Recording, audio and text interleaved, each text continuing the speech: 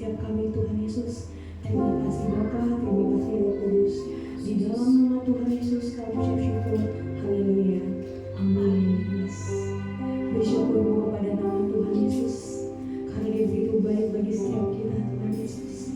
Terima kasih Bapa buat penyertaan-Mu Tuhan. Terima kasih Bapa buat anugerah-Mu Tuhan bagi setiap kami Tuhan Yesus. Yes. Terima kasih Tuhan Yesus. Kau teramat baik Tuhan bagi setiap kami Tuhan Yesus. Rancangan-Mu yang terbaik Tuhan bagi setiap kami Bapa. Terima kasih Roh Kudus. Yes.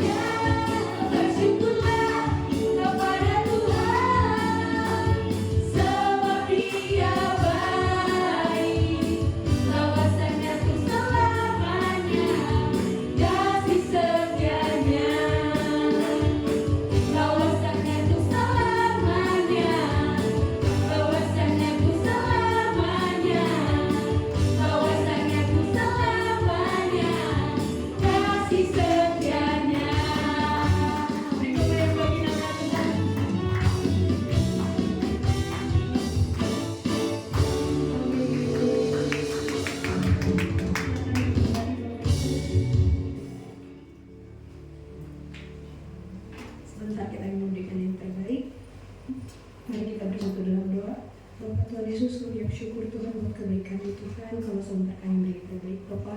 Kiranya Tuhan kau berkati kami memberi maupun yang belum dapat memberi Bapa. Di dalam nama Tuhan Yesus kami bersyukur, haleluya, amin. Kami udah untuk bangkit berdiri. Angkat senjata kita tinggi-tinggi. 3, 2, 1. Pada saat kami membawa persembahan, kami percaya pintu surga terbuka dan berkat Tuhan dicurahkan.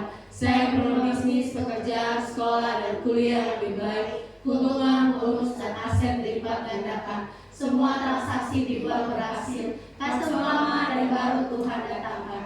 Semua pembayaran dapat dilunasi. Memiliki rumah di bumi dan di sorga. Menerima hadiah, kejutan, dan penghargaan. Diberikan pasangan bagi yang belum dapatkan pasangan. Keluarga harmonis dan tidak ada kemandulan. Semua musuh, penyakit, dan kerugian dihalau dalam hidupku, keluargaku, pekerjaanku, dan bisnisku. Ini adalah waktu memberi persembahan dalam nama Yesus. Haleluya.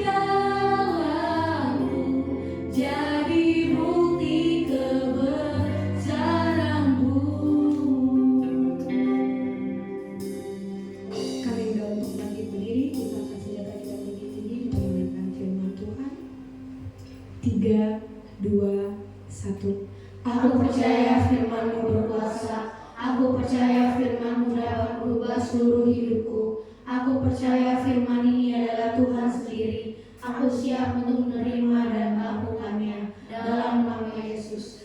Amin. Masih dalam hadirat Tuhan Yesus.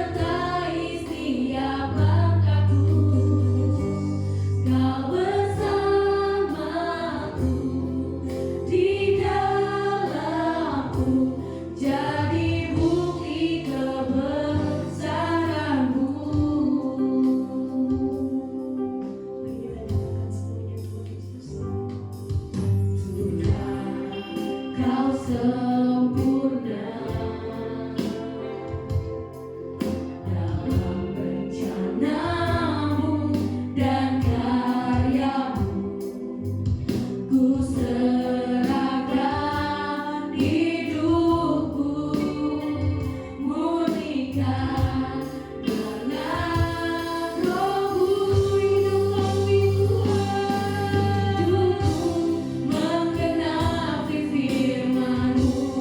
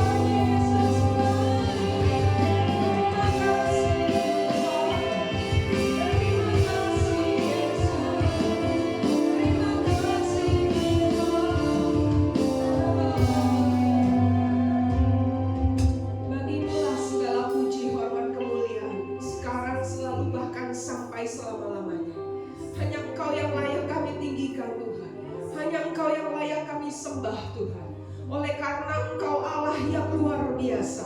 Oleh karena Engkau Allah yang baik Tuhan. Oleh karena Engkau Allah yang menjadikan segala sesuatu di muka bumi ini Tuhan. Kami bersyukur, kami menyebut Engkau Bapa. Kami bersyukur kami menjadi milik kepunyaan-Mu Tuhan. Karena kami percaya Tuhan bahwa Engkau mengasihi setiap kami Tuhan. Engkau mengasihi bangsa kami Tuhan. Ketika kami Tuhan, bangsa ini tidak dalam keadaan baik Tuhan, kami percaya Engkau tetap punya rencana yang indah atas bangsa ini. Kami percaya Tuhan, bangsa ini ada di dalam genggaman tangan-Mu Tuhan. Tuhan, berikan kami hati-Mu Tuhan. Berikan kami visi-Mu Tuhan. Kami rindu Tuhan, apa yang menjadi isi hati-Mu Tuhan. Kalau ini saatnya Tuhan, Engkau membangkitkan Tuhan generasi-generasi yang takut akan Tuhan bagi bangsa ini. Generasi-generasi yang mau berdiri buat bangsa ini di hadapan-Mu Tuhan. Hamba berdoa Tuhan, kiranya Tuhan Engkau persiapkan setiap kami. Kubu benteng pertahanan si iblis yang dibangun di dalam pikiran kami, yang membuat kami tidak dapat menerima firman Allah saat ini, kami tolak, patahkan, hancurkan dalam nama Tuhan Yesus. Kami minta sudut pandang yang baru. Kami minta visi yang daripada-Mu Tuhan. Berikan kami hati yang lembut Tuhan, hati yang siap diajar Tuhan. Berbicaralah kepada kami seperti Bapa berbicara kepada anaknya. Arahkan kami Tuhan, karena kami tahu inilah saatnya Tuhan. Inilah saatnya Tuhan untuk kami bangkit berdiri sebagai umat pilihan Tuhan. Dalam nama Tuhan Yesus. Haleluya. Amin. Shalom, selamat pagi Bapak Ibu. Ya, senang kembali bisa melayani di tempat ini. Oke. PPT saya boleh disiapkan? Oke. Hari ini saya akan bicara mengenai pahlawan wanitanya Allah. Bukan mau mendeskripsikan pria ya. Tapi kenapa? Karena perempuan belum sering kali ditaruh di belakang. Bukan saya mau protes, enggak. Saya bukan sebagai feminis di sini berdiri, enggak. Tapi saya berdiri sebagai anak Tuhan yang sama-sama sadar bahwa kita sederajat dan fungsi saya adalah penolong bagi suami saya. Ya, yang namanya penolong itu berarti harusnya sama kuat dengan yang mau ditolong. Nggak mungkin penolong itu lemah, betul? Nah, kenapa ini saya bawakan? Saya berharap yang pria juga buka hatinya, karena saya percaya inilah saatnya kita berdiri bagi bangsa kita. Amin. Bangsa kita suka nggak suka bukan dalam keadaan yang baik. Ya. Siapa yang beriman dan percaya bahwa bangsa kita ada di tangan Tuhan? Saya juga percaya. Tapi iman tanpa perbuatan adalah mati. Jadi saya berharap dengan hari ini, renungan hari ini firman-Nya membuat kita berkaca ya. Termasuk yang ngomong nih gitu, ngeliat gitu, kaca nih saya udah sampai di mana. Ya, saya tahu hari-hari ini bukan hari-hari yang baik. Banyak dari antara kita yang putus asa. Betul, banyak dari antara kita yang bertanya-tanya, bagaimana dengan kedepannya? Bagaimana dengan anak-anak saya?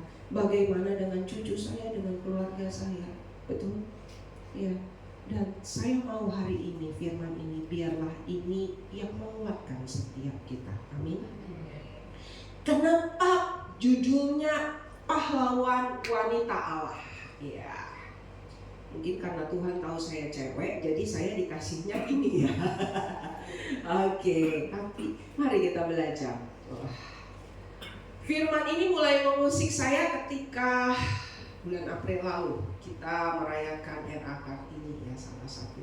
Kenapa bisa dipilih beliau? Saya penasaran definisi pahlawan itu sebenarnya apa sih? Ternyata saya belajar dari KBBI, Kamus Besar Bahasa Indonesia. Pahlawan itu artinya orang yang menonjol karena keberanian dan pengorbanannya dalam membela kebenaran. Wow, luar biasa ya, pejuang yang gagah berani. Cuma pertanyaan saya, membela kebenarannya versi siapa nih? Setiap kita punya kebenaran masing-masing, betul? Betul? Setiap kita punya kebenaran masing-masing. Setiap kita punya standar kebenaran masing-masing. Nah, disinilah kita mau menyamakan persepsi kita tentang pahlawan dan kebenaran. Amin? Oke.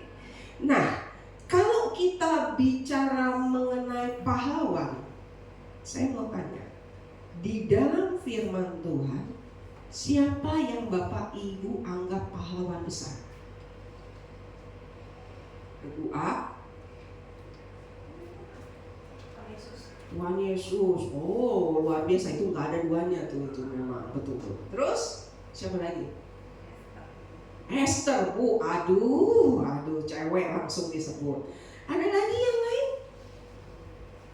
Ketika saya merenungkan kata pahlawan dan merenungkan siapa sih pahlawan di Alkitab yang saya baca, terus bikin saya wow, kaget, kagum gitu ya, selain Tuhan Yesus gitu ya. Ada satu nama buat saya yang ketika disebut nama pahlawan yang muncul tuh ini. Gambarnya aja kira-kira kebayang gak siapa nih? Musa. Kenapa saya bilang Musa? Karena buat saya Musa itu sesuatu yang sosok yang luar biasa. Bayangkan, dia itu membawa bangsanya keluar dari perbudakan, dan perbudakannya 450 tahun, bukan sebentar ya. Indonesia dijajah Belanda berapa? Ada yang masih ingat sejarah? 350 kayaknya apa ya, kalau nggak salah gitu ya. Nah, itu pun pahlawannya nggak cuma sendirian ya, banyak ya yang berjuang ya. Ini one man show. Wow, saya bilang luar biasa nih. Apalagi firman kita nih, Alkitab kita, kalau Bapak Ibu baca nih, 5 kitab pertama di dalam perjanjian baru, perjanjian lama, dari Kejadian, Keluaran, Imamat, Bilangan, itu 5 kitab ini yang pertama itu yang nulis Musa. Keren. Tapi Tuhan tuh taruh saya begini, Musa tidak akan pernah menjadi pahlawan besar kalau dia nggak dilahirkan. Betul? Berarti ada orang yang memperjuangkan Musa supaya Musa itu lahir. Karena Musa itu lahir di Mesir pada zaman perbudakan Firaun, di mana ada perintah yang mengatakan setiap bayi Israel laki-laki harus dibunuh. Berarti ada orang-orang yang mempertaruhkan nyawanya, berkorban supaya baby Musa ini bisa hidup. Siapa orangnya? Siapa orangnya? Di sini saya belajar bahwa di setiap sosok pahlawan besar itu pasti ada sosok pahlawan yang tidak dikenal. Gak mungkin Musa tiba-tiba besar, gak mungkin Tuhan Yesus tiba-tiba besar, dewasa, turun dari langit, ciu, gitu, Superman emang, enggak kan? Dia harus jadi bayi. Siapa yang merawat? Siapa yang? Saya belajar ternyata Musa bisa menjadi Musa itu anak pengaruh ibu yang luar biasa. Ada yang tahu nama ibunya? Nggak tahu, makanya dibilang pahlawan tanpa tanda jasa. Nggak dikenal, nggak semua orang kenal. Betul? Tapi firman Tuhan catat, walaupun cuma beberapa ayat. Nah, nama ibunya adalah Yokebed. Wow, Yokebed. Yokebed buat saya adalah seorang wanita yang melihat jauh melampaui kenyataan hidup. Kenapa saya bisa berkesimpulan seperti ini? Dia adalah seorang wanita yang tidak melihat kenyataan hidup yang sulit, bangsa yang hidup di dalam perbudakan. Ya, kita belajar. Oke, tadi saya berkata bahwa firman Tuhan mencatat tentang Yokebed. Kita lihat Keluaran 6 ayat 19. Firman Tuhan bilang begini, dan Amram mengambil Yokebed, saudara ayahnya, menjadi istrinya. Dan perempuan ini melahirkan Harun dan Musa bagi dia. Umur Amram 137 tahun. Dicatat pada saat Musa lahir, umur Amram itu 137 tahun. Pertanyaan saya, berapa umur Yokebed? Kira-kira. Bapak Ibu kalau baca Alkitab harus berani nanya sama diri sendiri, baru di situ kita namanya meneliti. Firman Tuhan memang gak mencatat berapa umurnya, tapi berdasarkan tradisi Israel, kitab-kitab mereka mencatat bahwa diperkirakan umur Yokebed itu 130-an. Sarah melahirkan Abraham umur berapa, Bu? 90. Karena Abraham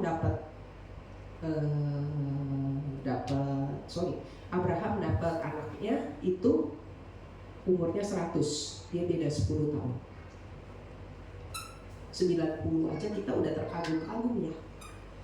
Ini udah oma-oma ya. Kebayang gak sih ya, kan kalau udah umur 90-an kita mikirnya gini, bentar lagi dipanggil bapak nih. Ini 130 tahun dia bisa hamil dan bisa melahirkan. Pertanyaan saya gini, waktu Musa ini dikandung oleh Yokebed udah punya 2 anak, Harun sama Musa. Terus keluar perintah bahwa mulai tahun ini setiap perempuan yang melahirkan bayi laki-laki harus mati bayinya. Kalau jadi Yokebed mau mempertahankan kandungan apa enggak? Saya udah punya 2 anak. Kalau dari segi kenyamanan sudah ada generasi penerus saya. Udah ada anak laki, udah ada anak perempuan, udah lengkap sepasang. Kenapa juga Tuhan iseng kasih saya? Mana saya udah jadi oma-oma lagi. Betul? Dari sisi kenyamanan, Yokebed bisa bilang no. Betul? Lihat lagi. Bilangan 25 ayat 59. Dan istri Amram ialah Yokebed, anak perempuan Lewi. Dia dari suku Lewi. Yang dilahirkan bagi Lewi di mana? Di Mesir. Jadi Yokebed bukan lahir di tanah bukan lahir bukan pada saat merdeka. Dia lahir di Mesir. Artinya Yokebed lahir sebagai budak. Dan bagi Amram, perempuan itu sudah melahirkan Harun dan Musa dan Miriam, saudara mereka yang perempuan. Ya, sekarang berarti faktanya mengenai Yokebed dari 2 ayat ini kita belajar bahwa Yokebed itu wanita Israel. 1. 2, dia keturunan Lewi. Keturunan Lewi itu adalah keturunan imam, betul? Tapi ingat, Lewi belum diakui sebagai imam pada saat dia di Mesir. Lewi diakui sebagai imam pada saat dia keluar dari Mesir, di mana Tuhan menunjuk Harun sebagai imam yang pertama. Berarti Yokebed tahu nggak bahwa saya punya keturunan nanti akan jadi imam? Tahu nggak? Enggak. Terus yang kedua, Yokebed lahir di Mesir, hidup sebagai budak, sudah punya 2 anak dan hidup dalam ketidakadilan. Jadi banyak alasan yang membuat seorang Yokebed memilih untuk tidak melahirkan Musa. Betul? Ya. Tapi lihat, Yokebed bukan perempuan yang seperti itu. Kenapa? Karena faktanya dari nama Yokebed itu tulisannya, Yokebed itu artinya Yahweh Glory, kemuliaan Tuhan. Orang tua memberikan nama kepada anaknya pasti merupakan doa. Betul? Ketika orang tua Yokebed memberikan nama, walaupun engkau perempuan, engkau punya kemuliaan Tuhan. Ini bukan sesuatu yang biasa-biasa. Ada doa, ada visi yang orang tua Yokebed lihat. Ya. Nah, jadi apa yang kita bisa belajar dari Yokebed? Faktanya, makanya kenapa tadi saya bilang Yokebed adalah perempuan yang melihat jauh ke depan, melampaui kenyataan hidup. Hidup dia sebagai budak, hidup dia sebagai wanita penuh ketidakadilan, ya. Hidup dia keras. Dia bukan dari suku yang terpilih oleh Tuhan. Ya, kalau Bapak Ibu ingat ketika Abraham meninggal,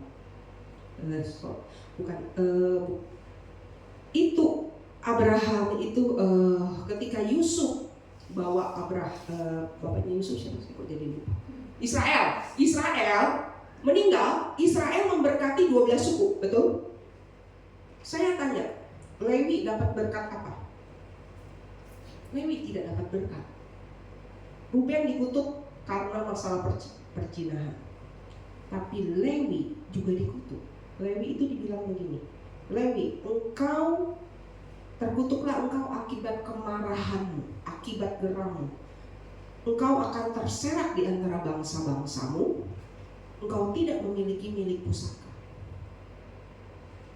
Memang benar, imam itu nggak punya bagian tanah. Kalau dibagi 12 suku, nggak ada tuh tanah spesial buat Lewi. Tapi Lewi memiliki tanah di setiap suku-suku itu, ada tempat. Artinya, Yokebed nggak punya pengharapan sebenarnya. Tapi lihat, Yokebed punya sesuatu yang membuat dia bisa berani berkorban. Apa itu? Yang pertama, Yokebed itu melihat visinya Allah. Kalau kita baca di Keluaran 2 ayat 2, firman Tuhan bunyinya begini. Lalu mengandunglah ia dan melahirkan seorang anak lelaki. Ketika dilihatnya bahwa anak itu cantik, disembunyikannya lah 3 bulan lamanya. Jadi buat Yokebed, ketika dia ngandung, itu dia udah beresiko. Karena pada zaman itu kan gak ada zaman USG ya. Bisa tahu ya, ini cewek, cowok, begitu ya. Gak ada yang tahu, kecuali kalau Tuhan memberitahu lewat mimpi. Saya gak tahu nih, Alkitab gak catat dia dikasih tahu gak lewat mimpi. Tapi yang jelas, ketika dia lahir, dia baru tahu, maka dilihatnya. Artinya ketika dia lihat, yang dia lihat itu apa? Bayi kan? Bayi laki-laki lagi. Kalau ibu-ibu jadi Yokebed, pikiran utamanya ketika lihat ini bayi laki-laki, terus ingat ada perintah bahwa setiap bayi laki-laki harus dibunuh. How do you feel? Aduh, kenapa mesti laki-laki? Bu, ya perempuan aja. Kamu kalau perempuan masih bisa hidup. Ini kalau laki kamu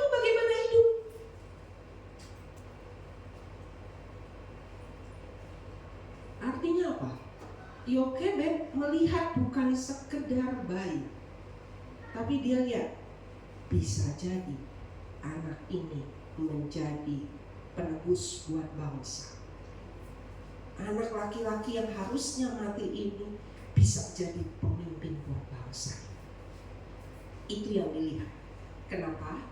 Karena ya kata cantik tadi ya, kata cantik itu tadi, bayinya itu cantik itu bukan karena kayak gemoy gitu, bukan. Pipinya kemerah-merahan, bukan. Tapi kata cantik yang dipakai di sini itu sama seperti kata yang Tuhan lihat ketika Tuhan selesai melakukan penciptaan manusia di hari ke-6. Tuhan melihat semua penciptaannya itu sungguh amat baik. Kemudian Tuhan beristirahat. Jadi kata cantik itu menceritakan bahwa apa yang dilihat oleh Yokebed bukan fisik Musa yang kemerah-merahan, ganteng, putih, gemoy, bukan. Tapi dia melihat lebih dari itu. Dia melihat Musa seperti Tuhan melihat hasil ciptaannya, bahwa ini sungguh amat baik. Berarti ada visi yang Tuhan taruh di dalam diri Yokebed tentang Musa. Oke, berikutnya yang kedua, Yokebed berani bayar harga. Ya, jadi lalu mengandunglah ia dan melahirkan anak laki-laki. Ketika dilihatnya bahwa anak itu cantik, disembunyikannya 3 bulan lamanya. Udah tahu ada larangan, terus dilanggar, sudah tahu konsekuensinya, mati. Bukan cuma dia yang mati, satu keluarga juga bisa mati.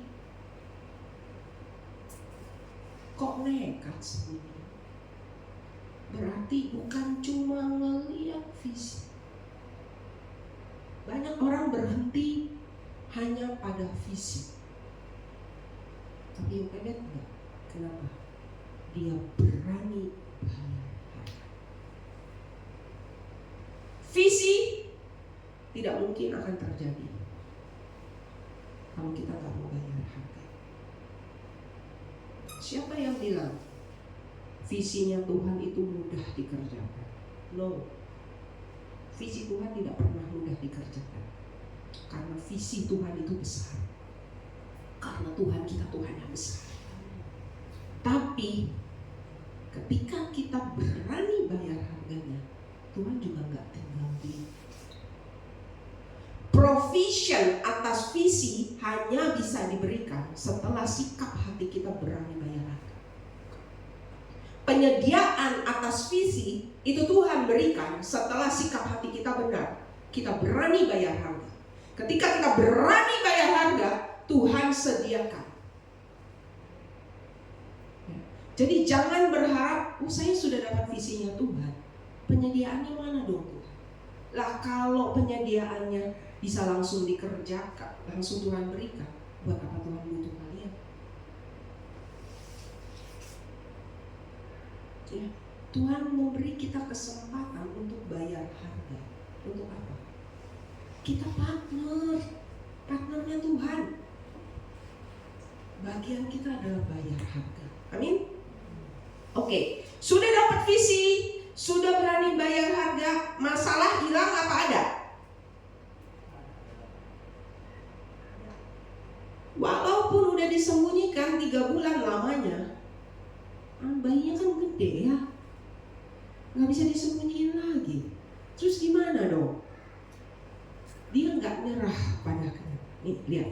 Tetapi ia tidak dapat menyembunyikannya lebih lama lagi. Sebab itu diambilnya sebuah peti panda, dipangkalnya dengan gala-gala dan ter. Oke, dengar, nggak bisa disembunyiin. Ini yang terjadi problem nih. Udah bayar harga, malah dapat problem. Banyak dari antara kita bilang nih, oke, saya udah dapat visinya Tuhan, saya udah dapat berani bayar harga. Tapi kok yang saya dapat bukan provision ya? Kok yang saya dapat malah masalah ya?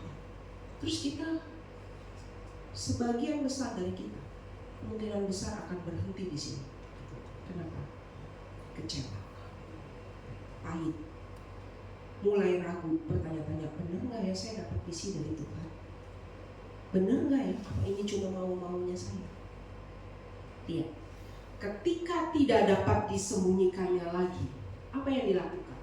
Diambilnya sebuah peti panda. Artinya gini, nggak mungkin tiba-tiba dia bisa ngambil, ada peti panda. Kenapa? Karena kata peti panda ini ketika saya cari tahu bentuknya seperti apa, ternyata itu bukan peti. Di Indonesia tulisnya peti, tapi di bahasa aslinya itu bukan peti. Di bahasa aslinya itu bahtera, seperti bahtera. Jadi bentuk miniatur kecil yang bisa ngapung. Kalau peti ditaruh tenggelam. Ini seorang perempuan bisa dapat visi seperti itu dari mana? Artinya gini, ketika kita sudah punya visi dari Tuhan, kita berani bayar harga, ternyata masih ada masalah. Yang kita perlu kerjakan adalah kembali, kita nggak nyerah sama kenyataan. Bagaimana bukti kita nggak nyerah sama kenyataan? Kita cari Tuhan, minta tuntunan lagi, minta visi lagi. Itu bukti kita tidak menyerah pada kenyataan. Amin. Makanya Tuhan kasih jawaban. Bikin peti pandan, olesin dengan gala-gala dan ter supaya bisa ngaku. Nah, kemudian setelah dapat visi, berani bayar harga, tidak menyerah pada kenyataan, apa yang kita kerjakan selanjutnya? Ya, kita belajar dari Yokebed. Yang dia lakukan adalah percaya dan taat pada tuntunan Tuhan. Oke. Dia kerjain aja tuh, Tuhan suruh bikin peti, ya bikin. Terus yang paling menarik, diletakkannya bayi itu di dalamnya dan ditaruhnya peti itu di tengah-tengah teberau, di tepi sungainya. Bapak Ibu, kalau baca baik-baik di Keluaran ayat yang pertamanya, itu dengan jelas Firaun memerintahkan semua bayi laki-laki yang lahir itu harus ditenggelamkan di sungai ini. Kalau kita jadi ibu, kita udah rawat anak kita 3 bulan, kita bayar harga untuk membesarkan anak itu. Terus Tuhan, kita bilang, Tuhan nih saya mau menyelamatkan anak ini, saya mau menyelamatkan hidup anak ini. Bagaimana caranya Tuhan? Oke, Tuhan bilang bikin peti, taruh dia di tengah-tengah peti, hanyutkan dia di sungai. Terus ketika kita dengar bahwa sungai yang dipilih oleh Tuhan, sungai Nil, respon ibu-ibu ini, respon bapak-bapak ini, Tuhan gak salah pilih tempat. Di Mesir tuh banyak sungai, kenapa mesti sungai Nil? Udah tahu itu sungai jadi tempat pembunuhan, itu tempat terkutuk buat kami, itu tempat yang menyedihkan buat kami. Kenapa Tuhan harus taruh anak ini yang sudah saya pelihara susah-susah, saya sudah berkorban, di tempat di mana semua bayi mati?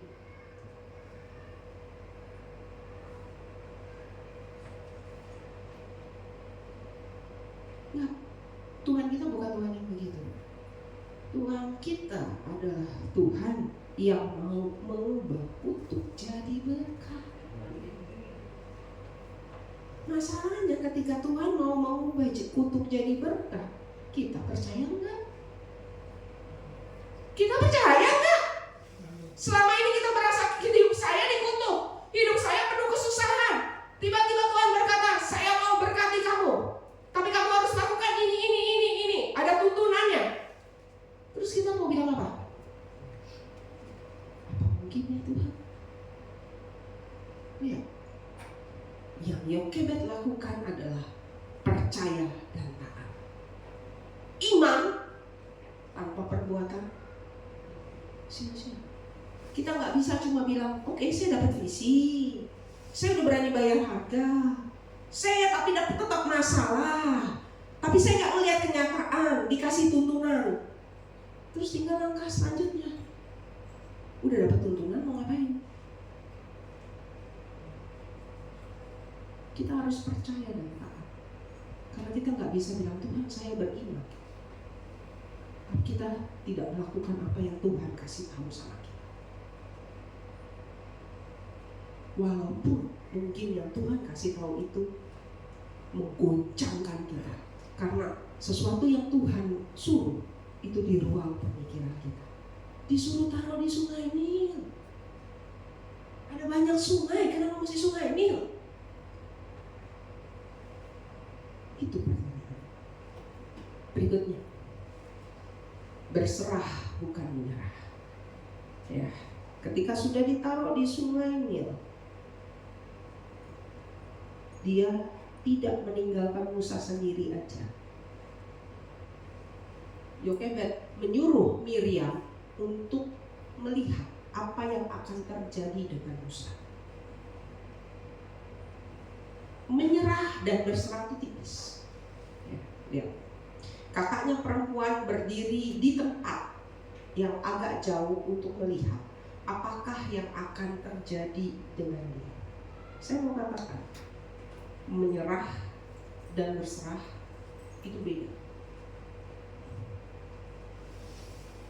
Menyerah itu kayak begini. Kita mau ujian, kita udah belajar, besok ujian matematik, kita udah belajar semua, latihan soal segala macam.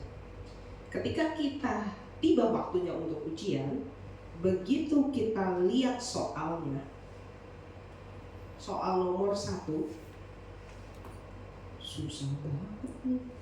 Ini bukan yang kemarin saya belajar nih. Waduh, udahlah, saya pasti dapat jelek. Udahlah, nggak perlu ditulisin, nggak perlu dilanjutin. Buat apa saya uji? Akhirnya kita kerjain, tapi asal-asalan. Kenapa? Karena kita sudah down, sudah kalah mental dulu begitu baca nomor 1, nomor 2, nomor 3, nomor 4, nomor 5, bukan soalnya kita yang pelajari. Itu namanya menyerah. Tapi kalau orang berserah, begitu dia baca soal ujian, oke, 5 soal pertama memang bukan yang saya pelajari. Saya berharap soal berikutnya itu yang saya pelajari, dan saya akan berjuang. Saya coba kerjain dulu. Saya kerjain dulu yang saya bisa lakukan. Nomor soal yang lain semua saya kerjain dulu sampai selesai. Yang terbaik yang bisa saya kerjakan. Yang 5 nomor itu yang tidak bisa saya kerjakan, pelan-pelan saya kerjakan paling akhir. Sebisa saya, semampu saya, yang terbaik yang saya bisa. Itu bersama. Hasil akhirnya saya serahkan sama Tuhan. Tapi soal lainnya saya kerjakan yang terbaik. Yang 5 yang saya nggak bisa tetap saya kerjakan yang terbaik, tapi saya serahkan sama Tuhan. Jelas? Beda berserah dan menyerah itu tipis. Berserah itu ada damai sejahtera. Berserah itu percaya. Menyerah itu kalah. Menyerah itu biasanya diikuti dengan kepahitan, sakit hati, itu menyerah. Ya. Jadi lihat, poin yang terakhir ini yang paling unik. Berserah bukan menyerah. Setiap kita jangan menjadi orang yang mudah menyerah. Kenapa? Karena definisi pahlawan tadi apa? Yang berani bayar harga, berkorban. Pahlawan itu bukan orang yang mau menyerah, tapi berserah. Amin. Oke. Dari sini saya belajar bahwa yang namanya berserah itu, kita memberi Tuhan kesempatan untuk bekerja dengan cara Tuhan, waktu Tuhan, dan mengubah untuk menjadi berkat. Itu besar. Ketika kita berdoa, sikap hati kita tuh gimana? Apakah kita berdoa, Tuhan saya pengen ini, saya mau ini. Kalau kita menyerah itu berarti ya udah, Tuhan punya cara untuk menjawab apa yang kita minta. Kita percaya. Dan kita percaya juga Tuhan itu punya waktu. Bukan kita yang jadi Tuhan. Kita nggak bisa bilang ini, Tuhan besok pokoknya mesti ada ya. Nggak bisa. Oke. Ibrani 11 ayat 23. Saya pakai firman Allah yang hidup, bukan terjemahan baru. Kalau Alkitab ini tuh terjemahan baru ya. Nanti kalau ibu bapak mau coba belajar untuk baca firman Tuhan dari firman Allah yang hidup, itu banyak kata-katanya tuh kaya banget. Ya. Dijawab begini, bagaimana Musa bisa disembunyikan selama 3 bulan setelah kelahiran? Alasannya adalah iman orang tua. Berarti bukan cuma iman Yokebed, tapi juga iman Amram. Dua-duanya. Ya. Ya. Mereka melihat bahwa dia adalah anak yang cantik. Sekali lagi kata cantik ini adalah sama seperti cara pandang Tuhan ketika melihat semua ciptaan itu selesai. Sebab mereka percaya pada Allah dan tidak takut bertindak untuk melawan Firaun. Itulah saya bilang, kenapa orang tua ini mereka layak disebut pahlawan. Mereka bayar harga. Musa tidak mungkin menjadi pemimpin kalau dia nggak lahir.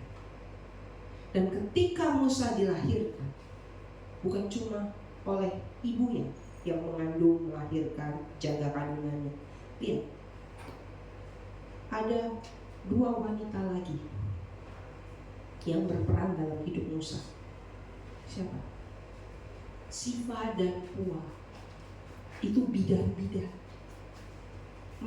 Bidan-bidan itu diperintahkan oleh Firaun, kalau kamu bantu melahirkan perempuan Israel, pastikan kalau anaknya laki-laki mati, lapor.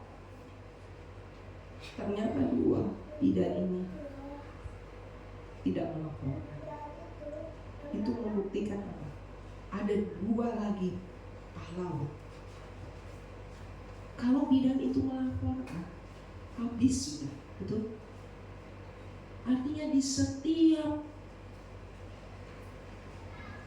caranya Tuhan bagaimana membuat apa yang Tuhan rencanakan tidak pernah gagal. Tapi kita sendiri yang bisa menggagalkan rencana Tuhan.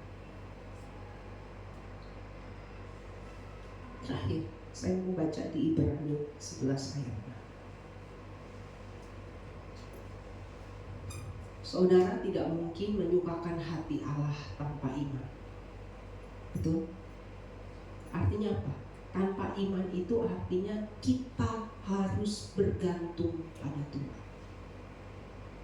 Iman, kita bilang kita beriman, sesimpel itu, kita bergantung sama Tuhan. Ketika kita dapat masalah, siapa yang kita cari pertama kali?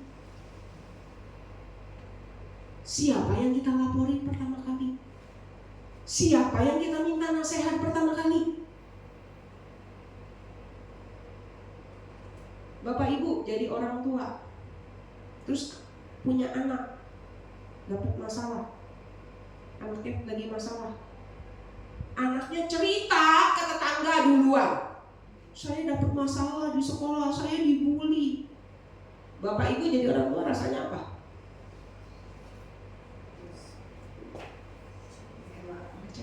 Marah nggak? Marah. Kamu anak siapa sih? Ada tetangga anak saya. Kenapa punya masalah? Bukan cari saya, bukan cerita sama saya, cerita sama tetangga. Nah, kita anak Tuhan Yesus, anak Bapa di sorga, apa anak tetangganya Bapa di sorga? Siapa yang kita cari? Ketika kita dapat masalah, siapa yang kita cari?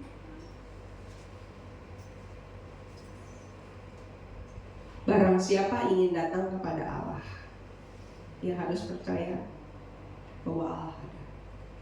Jangan berhenti di situ. Makanya ada kata dan. Jangan cuma berhenti bahwa Allah ada, tapi kita percaya bahwa Dia memberkati orang yang sungguh-sungguh mencari Dia. Sesimpel ini. Kita percaya Tuhan sanggup? Ketika kita dapat masalah, kita percaya Tuhan sanggup. Kita tunggu kesaksian orang. Tapi pertanyaan berikutnya, apakah kita percaya bahwa Tuhan juga mau menolong kita? Itulah iman. Kita nggak cuma percaya Tuhan sanggup, tapi Tuhan mau menolong kita. Dan Tuhan ketika mau menolong kita, bukan Dia buka dulu catatannya terus Dia lihat ini, kamu masih ada dosa, belum beres. Jam doa kamu belum cukup panjang. Kamu belum baca Alkitab sampai selesai dari Kejadian sampai Wahyu. Nanti ya, saya akan tolong kamu setelah kamu baca Kejadian sampai Wahyu. Maaf, bukan itu yang saya kenal. Tuhan kita adalah Tuhan yang penuh anugerah. Betul kita salah, betul kita masih punya dosa. Justru karena kita tahu kita nggak punya siapa-siapa lagi, hanya Tuhan yang punya belas kasih, yang punya kasih yang luar biasa. Jangan mengkotakkan Tuhan. Kasihnya besar, tapi ingat Tuhan menerima kita apa adanya, betul? Tapi Tuhan juga tidak akan membiarkan kita menjadi anak yang seadanya. Kita dong sudah terima kasih karunia, ayo kita berjuang untuk bisa jadi anak yang membanggakan Tuhan. Ketika kita doa, ketika kita baca firman, ketika kita pelayanan, bukan karena kita pengen rumah di surga, bukan karena kita pengen kejar keselamatan. Keselamatan itu udah ada. Keselamatan itu sudah milik kita.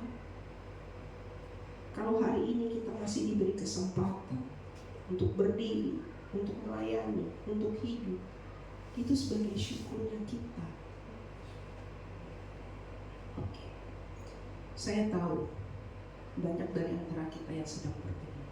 Biar kita berkaca pada firman. Dari 5 langkah yang Yokebed lakukan, apa yang belum saya kerjakan? Kalau belum, inilah saatnya datang sama Tuhan untuk minta anugerah Tuhan, urapan Tuhan untuk kita memampukan apa yang sudah Tuhan singkapkan itu menjadi milik kepunyaan kita. Amin. Mari kita tundukkan kepala. Saya undang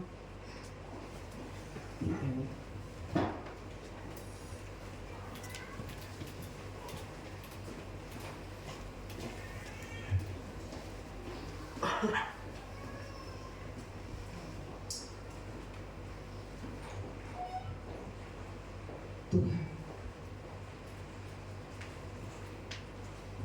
kalau kami menyanyikan hidup kami menggenapi firman-Mu Tuhan, itu kami benar-benar sungguh-sungguh ingin. Kami sungguh-sungguh ingin menggenapi apa yang menjadi rencana-Mu Tuhan, apa yang menjadi kerinduan hati-Mu Tuhan. Tuhan, kalau kami melihat apa yang ada pada diri kami, tidak ada kekuatan kami Tuhan, tidak ada kesanggupan kami Tuhan, tapi kami mau datang kepada Bapa kami yang baik. Kami mau datang kepada Bapa kami yang senantiasa membuka tangannya menyambut kami. Oleh karena pengorbanan Yesus Kristus, kami boleh datang ke dalam hadirat-Mu Tuhan. Kuduskan kami, layakkan kami Tuhan. Tuhan, buat kami terkagum-kagum Tuhan akan kasih. Ingat ingatkan kami kembali Tuhan akan setiap pekerjaan yang Tuhan lakukan dalam hidup kami. Bukan hanya yang baik Tuhan, semua yang terbaik dalam hidup kami itu asalnya daripada Engkau Tuhan. Kami bersyukur Tuhan. Kami bersyukur Tuhan, Engkau memilih kami untuk hidup di bangsa ini Tuhan.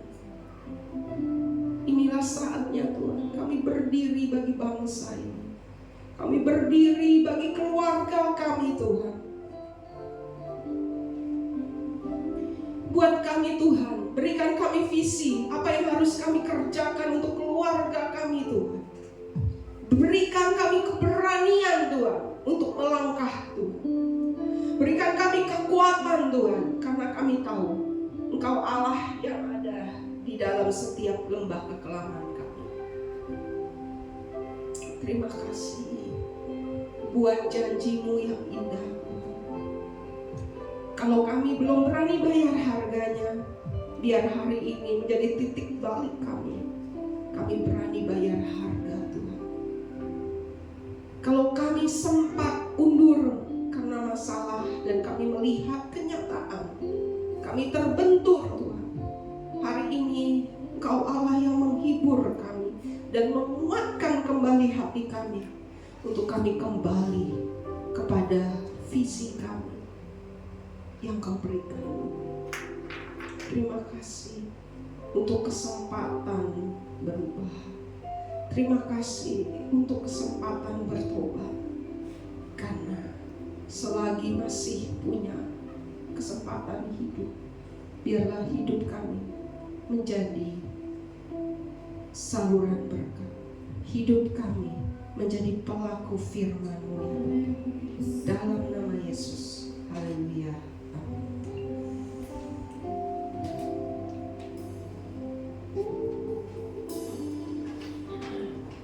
Diberkati oleh firman Tuhan. Amin. Kalau sebentar kita memberi yang terbaik, mari kita bersama doa. Bapak yang baik, terima kasih atas segala yang Kau berikan di setiap kami Tuhan. Terima kasih untuk firman-Mu Bapa. Biar firman itu menjadi rahmat bagi setiap kami Tuhan, dan kami siap untuk melakukan firman-Mu Bapa. Terima kasih Yesus. Kalau sebentar kami memberi persembahan Tuhan, Kau berikan kami yang memberi Bapa dan memberi Bapa. Biar persembahan ini bisa berkemas kerajaan Yesus. Di dalam nama Yesus kami berdoa. Haleluya. Amin.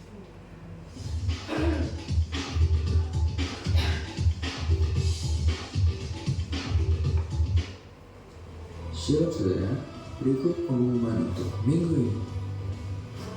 Untuk pengumuman yang pertama, kami mengundang Bapak dan Ibu untuk hadir menyertai doa bersama kami dari Selasa jam 7 malam.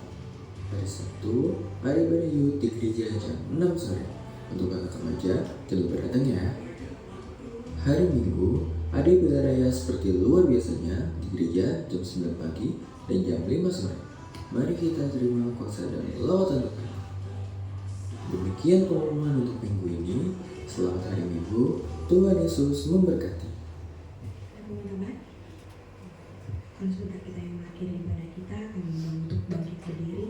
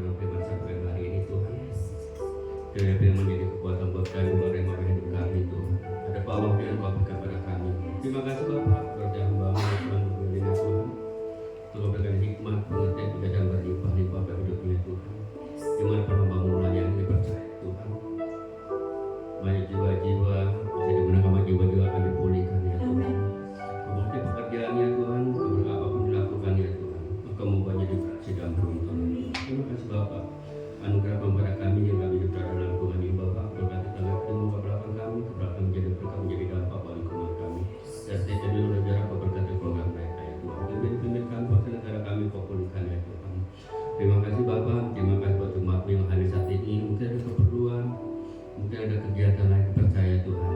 Kiranya minggu depan mereka bisa berada bersama-sama ke tempat ini ya Tuhan. Kita perlindungan ilahi Kau berikan padanya, kesehatan ilahi Kau berikan padanya Tuhan. Terima kasih Bapak, ajar untuk saling mengasihi, ajar saling mengampuni, ajar kemenangan berkat-Mu sabar ya Tuhan. Karena kami tahu bahwa semua berkat-berkat itu akan datang kepada kami dan menjadi bagian kami kalau betul tanpa saudara berita-berita yang boleh juga. Karena kami tahu Allah memenuhi segala kekurangan kami membutuhkan kemuliaan Yesus Kristus. Engkaulah gembalaku yang baik. Kami tidak kurang apapun juga Tuhan. Kami tidak kurang hikmah, kami tidak pengetahuan, kami tidak kurang uang, kami tidak kurang apapun juga.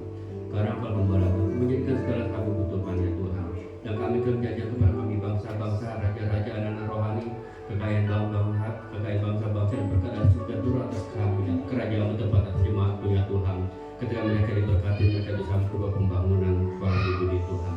Saya percaya Tuhan ketika Engkau menyerahkan kerjaan, Engkau menyelesaikan semua pembangunan ini. Terima kasih Bapak, mari saudara kita berangkat kedua tangan-Mu untuk berkat dari Tuhan. Terima berkat kasih karunia, berkat anugerah, berkat damai sejahtera yang berlimpah-limpah dari Allah Bapa kita dan cinta kasih dan Tuhan kita Yesus Kristus. Tetap persekutuan dari Allah Bapa Putra dan Roh Kudus yang selalu untuk selalu kita ini sampai selama-lamanya. Mari kita berkata-katakan amin. Selamat hari Minggu, Tuhan Yesus memberkati.